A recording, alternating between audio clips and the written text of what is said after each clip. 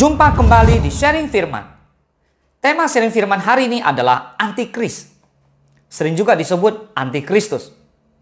Saudara, waspadalah terhadap Antikristus ini. Dan ini adalah sebuah peringatan keras dari Alkitab yang harus kita perhatikan baik-baik. Amin.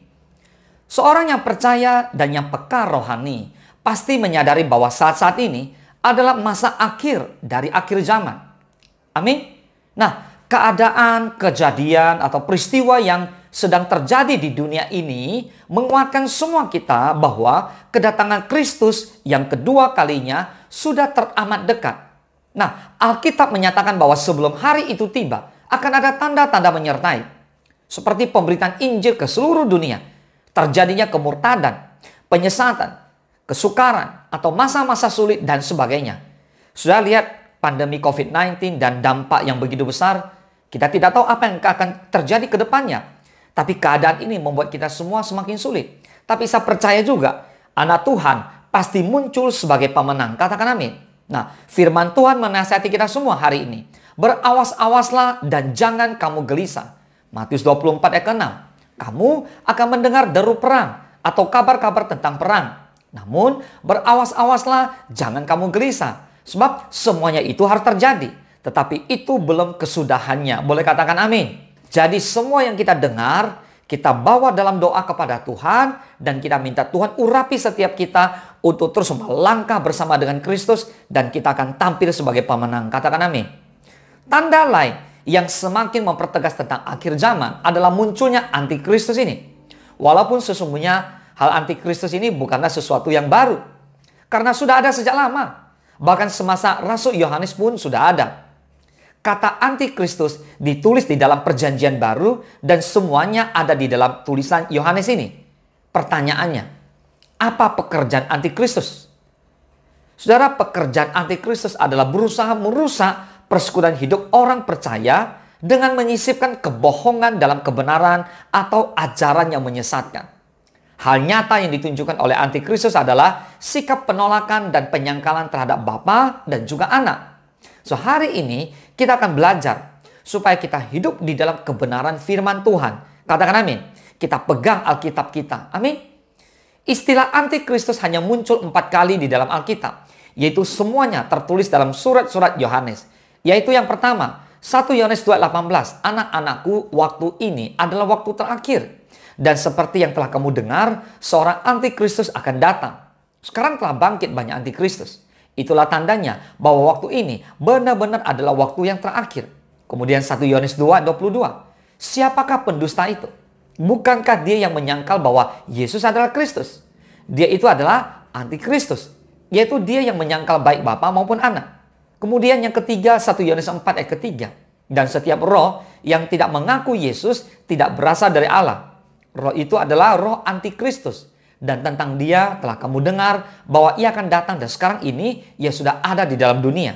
Dan yang keempat adalah 2 Yohanes 1 ayat ke-7.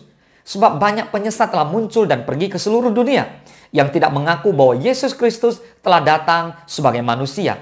Itu adalah si penyesat dan Antikristus. Saudara, tetapi gagasan tentang Antikristus ada dalam beberapa bagian Alkitab yang lain. Baik di dalam Perjanjian Lama maupun Perjanjian Baru. Seperti di kitab Daniel, di Tesalonika, dan juga di kitab Wahyu. So, dalam bahasa Yunani, kita lihat kata depannya adalah anti. Bisa diartikan bahwa anti itu adalah melawan, menentang, atau mengambil tempat orang lain. Jadi Antikristus adalah orang-orang yang menentang Kristus. Atau orang-orang yang mengambil tempat Kristus alias Kristus palsu. Paham ya? Nah, pengertian tentang Antikristus tampaknya sudah diketahui oleh jemaat mula-mula yang menerima surat Yohanes, Rasul Yohanes yang mengingatkan kepada semua umat Tuhan. Yang jelas tertulis di 1 Yohanes 2:18 tadi yang kita baca. Bahwa anak-anakku, waktu ini adalah waktu yang terakhir. Dan seperti yang telah kamu dengar, seorang Antikristus akan datang. Sekarang telah bangkit banyak Antikristus. Itulah tandanya bahwa waktu ini benar-benar adalah waktu yang terakhir. Pertanyaannya, siapakah Antikristus itu? Antikristus adalah oknum yang menentang Tuhan Yesus Kristus atau mengambil tempat Kristus untuk menyesatkan umat manusia.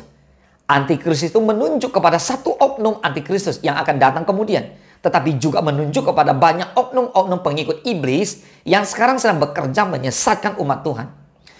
Rasul Yohanes mengatakan bahwa seorang antikristus akan datang dan sekarang telah bangkit banyak antikristus.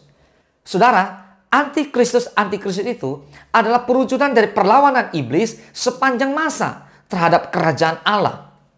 Perlawanan itu akan memuncak dalam sosok seorang antikristus pada akhir zaman yang dilukiskan sebagai berikut. Pembina yang keji, tertulis di Matius 24:15. Manusia yang durhaka, 2 Tesalonika 2:3. Dan binatang di Wahyu 13 ayat ketiga dan Wahyu 13 ayat ke-13. Nah, Yohanes memperingati umat Tuhan untuk waspada terhadap antikristus. Sebab pada saat ini sudah bangkit banyak antikristus. Antikristus yang menentang Kristus secara terang-terangan lebih mudah dihadapi. Tetapi antikristus yang secara diam-diam menyusup ke dalam gereja untuk menyesatkan umat biasanya lebih sulit dihadapi. Karena tidak kelihatan pada ajarannya yang salah. Di dalam Yesus Kristus yang telah lahir menjadi manusia, Allah Bapa telah bertindak untuk melakukan keselamatan untuk umat manusia.